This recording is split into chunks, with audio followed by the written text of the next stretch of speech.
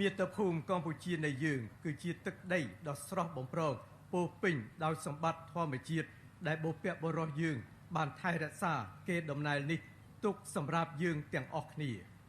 ពីជួរភ្នំដ៏ខ្ពស់ត្រដែតព្រៃឈើដ៏ខៀវស្រងាត់ស្រស់ត្រកាល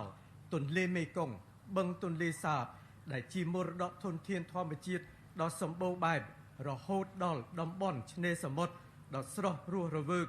និងប្រជុំកោះតូចធំជាច្រើនសម្បត្តិធម្មជាតិទាំងអស់នេះជាសរសៃឈាមនិងជីវិតនិងជាផ្នែកមួយនៃអត្តសញ្ញាណជាតិរបស់យើងភាពសុខដុមរមនារវាងមនុស្សនិងធម្មជាតិគឺជាឫសគល់នៃវប្បធម៌ប្រពៃណីនិងជំនឿរបស់ប្រជាជនខ្មែរយើងតាំងពីបុរាណកាលមកការរស់នៅដោយការគោរពធម្មជាតិមិនបំផ្លាញធម្មជាតិនិងចេះប្រើប្រាស់ធនធានធម្មជាតិប្រកបដោយចីរភាពគឺជាកាតព្វកិច្ចដែលយើងត្រូវបន្តថែរក្សាការពារនិងពង្រឹងឲ្យបានខ្ជាប់ខ្ជួនសម្រាប់បន្តដល់កូនចៅជំនាន់ក្រោយ។